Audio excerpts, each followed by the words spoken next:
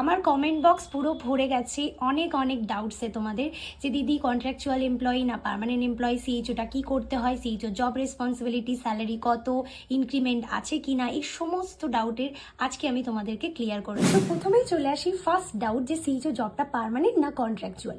তো আমার যে জবটা সেটা কিন্তু পার্মানেন্ট সিএইচও জব।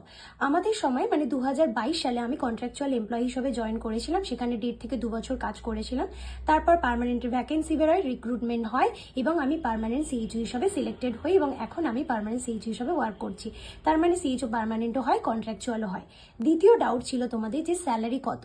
স্যালারির স্টার্টিং ওই 20,000 মতো এবং ইনসেন্টিভ পাওয়া যায় 5,000, মানে প্রত্যেকটা মাসে 5,000, মানে টোটাল একটা 3 মান্থ মিলিয়ে 15,000 ম্যাক্সিমাম, এবং সেটা তোমার পারফরমেন্সের উপর ডিপেন্ড করে তুমি পাবে। পার্মানেন্টের তাহলে স্যালারি কত? একজন পার্মানেন্ট স্টাফ নার্স গ্রেড 2 এর যেরকম স্যালারি বা যে বেতনে সে জয়েন করে, একজন সিএইচও হিসাবে জয়েন করলেও সেম বেতন পায়, এবং তার সঙ্গে এক্সট্রা সিএইচওদের যে 3 মাসে যে ইনসেন্টিভের কথাটা বললাম সেটা তার সাথে অ্যাড হয়। তার মানে